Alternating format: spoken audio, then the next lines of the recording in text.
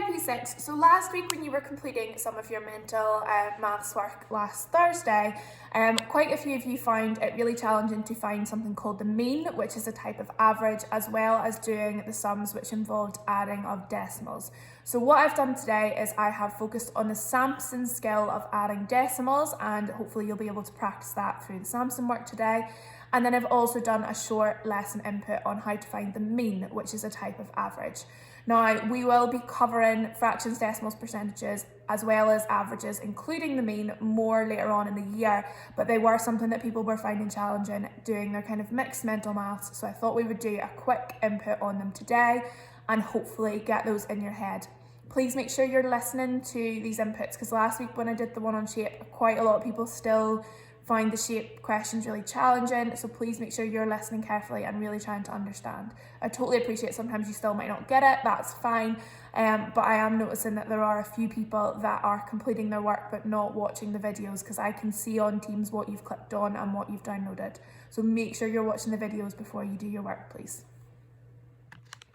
So last week, one of the things that we identified that people were finding hard was adding and doing sums mentally with decimals. Now, we've done lots of practice using decimals and chimney sums and knowing not to move our decimal point when we're doing that.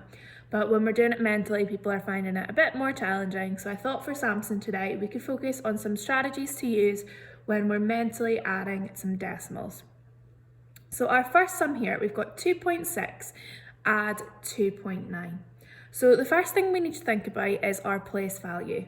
Now, we know that before the decimal point, there always comes a unit. So in this case, this 2 must be a unit, and this 2 must be a unit. So both of these numbers have got 2 units. Then we've got our decimal point, and we know that the first digit after the decimal point is always our tenths.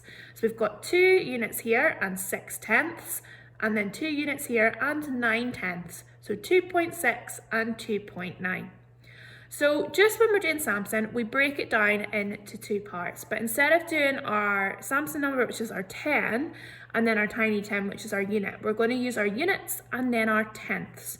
So what I'm going to do to start with is to pull my units over here. Now, I'm going to write the sum out fully, and I'd like you to do this while you're following this video along, just to try and get it in your head as well. If you're confident by the end, you don't need to do it when you're doing your strip sheet. So we know that 2 units and 2 units make 4. That's fine. Then when we get over here, it's really important we remember that that is not worth 6 units, okay? That is worth 6 tenths, which we write like this. Okay, so 0.6 plus 0.9. If you're wondering why I'm not doing it on the board, boys and girls, it's because the pen's broken again. So we've got 2 and 2 makes 4 over here. That sum is done. We can leave it there for now. Now we need to look at this one. So we've got 0.6 plus 0.9. And a lot of people see the decimal point and kind of freak out and don't know what to do. But one of the top tips for to help your brain is to think of it as money. So if I put a pound sign in front of that, I would have to add a 0 on the end, but it would be 60p. This would be 90p, okay? And we know that when we add 2 decimals, we're only going to end up with as many decimal places as we started with. So each of these numbers only has one number after the decimal point. So this one's got the 6 and this one's got the 9. So if our answer ends up with more than one number after the decimal point, there's something that has gone wrong. So an easy mistake to make is just to add 6 and 9, get 15 and write 0.15. Let's look at why we can't do that. So if we did 0.6 plus 0.9, that would be the same as adding 60p and 90p. Now, if we got the answer of this, and I put a pound sign in front of it, that would equal 15p, which is impossible when we've added 60 and 90. So that can't be right. So let's look at how we would do it differently. So we know that 6 plus 9 makes 15. So I know that there's one digit after the decimal point, so it must then go to 1.5 when I keep my decimal point in the same place. Let's talk through that a bit more slowly. So 9/10 plus one more would make 1 unit, and then we'll have 5/10 left over. So it would be 1 unit and 5/10, 1.5. And we can check and see, does my answer have one number after the decimal point? It does, it doesn't have two. So that gives us a clue that we've done the right thing. So just again, we've added our 9/10, we've put one more on from this, which would make 1 unit, and then we've had 5/10 left here, which would make 1.5. So the final step, just like normal, is putting them together. So 4 units plus 1 unit would make 5, and then we have our 0.5 to add on as well, our 5/10. So our answer would be 5.5. So this is question number 2. If you totally got that, pause the video now and have a go at it yourself and then come back to see if you've got it right. If you're still confused, I'll go through it, so just keep on playing the video. So we're looking at this exactly the same. We know that we've got 4 units here and 7/10. We've got 2 units here and 9/10. I'm going to start off by pulling my units over here. 4 plus 2 equals 6. So I've dealt with my units. Now let's look at our tenths sum. So this is 7/10. So we write 0.7 plus 9/10, 0.9. Oh, that got a bit big. We've got 0.7 and 0.9. Now, let's think about this again. If we just did 7 add 9, you would get 16, and you could write 0.16. Pause and explain why that is not correct. So we know that that is not correct because when we add, if we imagine these are pounds, 90p and 70p, we can't end up with 16p because it's smaller than the numbers that we started with, so that won't work. We also know it's incorrect because both of these numbers only had one number after the decimal point and our answer has 2, so that can't be right. So let's get rid of it and look at what we're actually going to do. So you can think about it 2 ways. You can do 0.9 plus 1 more tenth would make 1 unit, and then we would have 6/10 left over to make 1.6. Or we could do 9/10 add 7/10 would be 16/10, which is the same as 1.6. We can check, it's got one number after the decimal point, just like the number we started with. Put them together, we've got 6 plus our 1 unit would make 7, and then we add on our 6/10 to make 7.6. Okay, question 3, pause and have a go and then come back. Okay, so let's go through this one and see how we solve it. So I'm going to start by taking my units over here. I've got 3 units here and 2 units here, so that would make 3 add 2. Ooh. Equals 5. So they're dealt with. Then I'm going to bring over here. Now it's not 8 add 7, it's 0.8 to show that it's 8/10 plus 0.7. So 0.8 adds 0.7. We know we can't just add them and put them after the decimal point because that would give us the wrong answer. So we can do it 2 ways. We can do 8/10 add 7/10 would give 15/10, which we know is the same as 1.5. Or we could think of it as 8/10 add 2 of these ones would make 1 unit. We'd have 5 left over, which would make 1.5. So put them together, add our units first, 5 and 1 make 6, and then our 0.5 goes on afterwards. I'm not doing very well at drawing the numbers today. Excellent. Right, let's do this one. Pause me and have a go.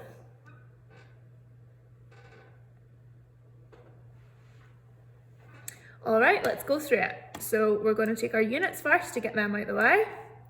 3 and 4 would make 7. Oh, I'll write my sum out because I've asked you to do that. 3 plus 4 equals 7. 3 units and 4 units.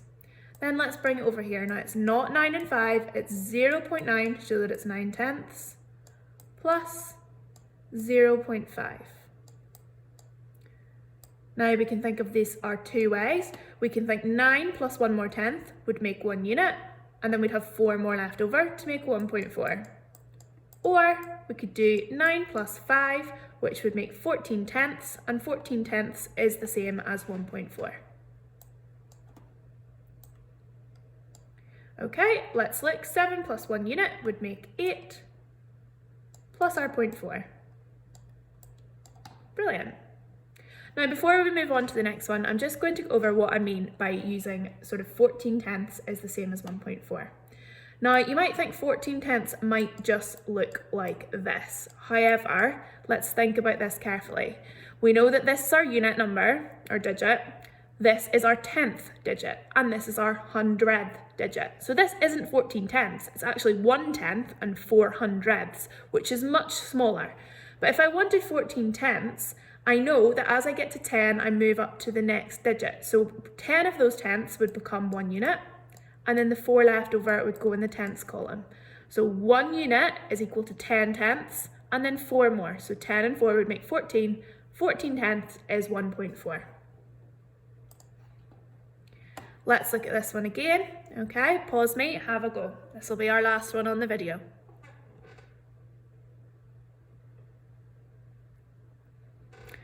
Okay, let's have a look. So we'll bring our units over first of all and get them over and done with. So we've got 5 units plus 2 units equals, that looks like a very strange 2, but it is meant to be a 2, equals 7 units, and then we'll bring over here our tenths. So we've got 0.7 plus 0.6.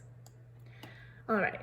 So 7 tenths and 6 tenths, if we added those two numbers together, would make 13 tenths. So 13 tenths, as we've just talked about, is equal to 1.3 because the 1 is worth 10 and this is worth 3. 1 and 3 makes 13, 10 tenths and 3 tenths, 1.3 altogether.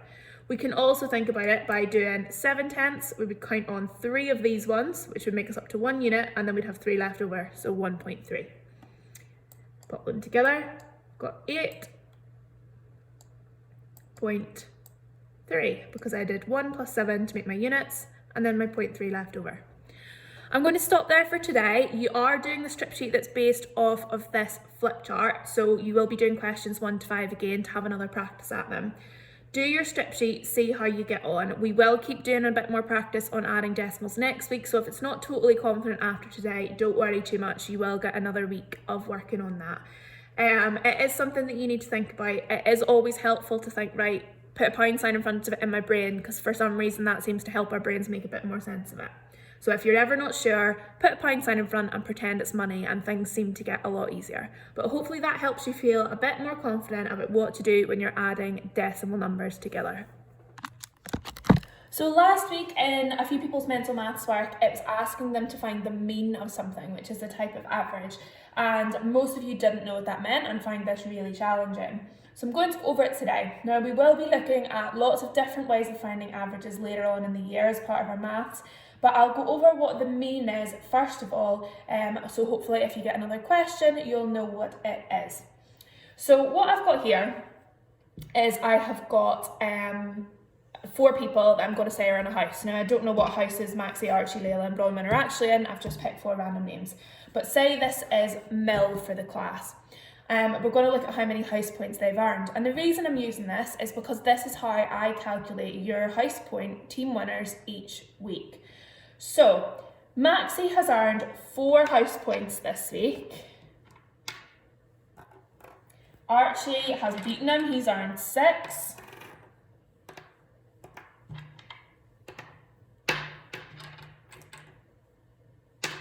Layla's not been very good, she's only earned 2. And Bronwyn has earned the most out of everyone, she has earned 8. Okay, so you can see there, Maxie's got 4, sorry. Archie's got 6. Layla's got 2, and Bronwyn has got 8. So this is Mill, this is all the people in Mill House for this class. So I need to work out the average, or this type of average is called the mean. Like I'm being mean to you, but it doesn't mean that, it just is a word that we use to describe this type of average. So I need to work out what their average is. Now, how am I going to do that when one person's got 4, one's got 6, one's got 2, and one's got 8? Let's have a look at how we could do it. So to find the mean, just move this up here. To find the mean, we need to add the total together. So we do 4 plus 6 plus 2 plus 8. So 4 and 6 makes 10, 2 more makes 12, 8 more makes 20. So our total number of house points on the board is 20. Let's check it. 4, 5, 6, 7, 8, 9, 10, 11, 12, 13, 14, 15, 16, 17, 18, 19, 20. Now to find out the average or the mean of how much each person has earned, we are going to divide it by the total number of people, okay? So there are 4 people, so we do 20 divided by 4. So we added together 1, 2, 3, 4 numbers, so we divide by 4. So 20 divided by 4 is 5. So each person earned a mean of 5. Now let's check if this works. If everybody earned roughly 5 house points each, I shouldn't need to add any more house points to make it work, to make all these 5. So Maxie needs 1 more, and now Archie's got 5, so 5 there, 5 there. So then Layla will need 3 more.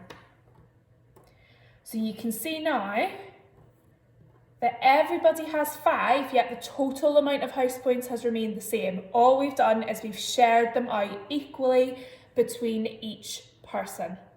Okay, so that's what we've done there. We've shared them out equally between each person, and that's how we find the mean. So the first step is to find the total for everybody, and then we divide it by the number of amounts we added together. So we added 4 amounts together, 1 for each person. So we would divide our total by the number 4. Let's look at another example. I'll just pause and get it sorted.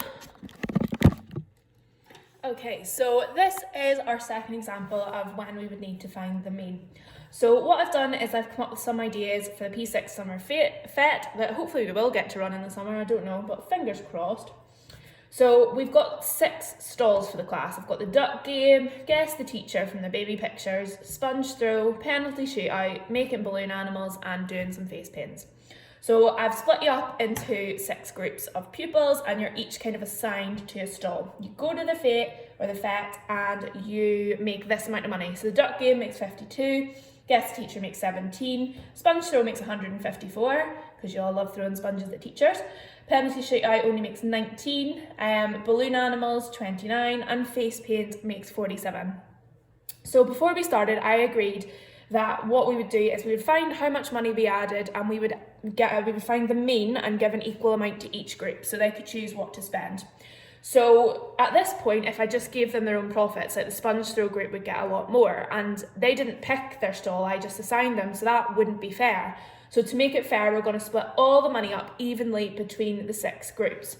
So the first thing we need to do to find the mean to do this is to add everything together. So I'll do my chimney sum. So I've got, hold on a minute.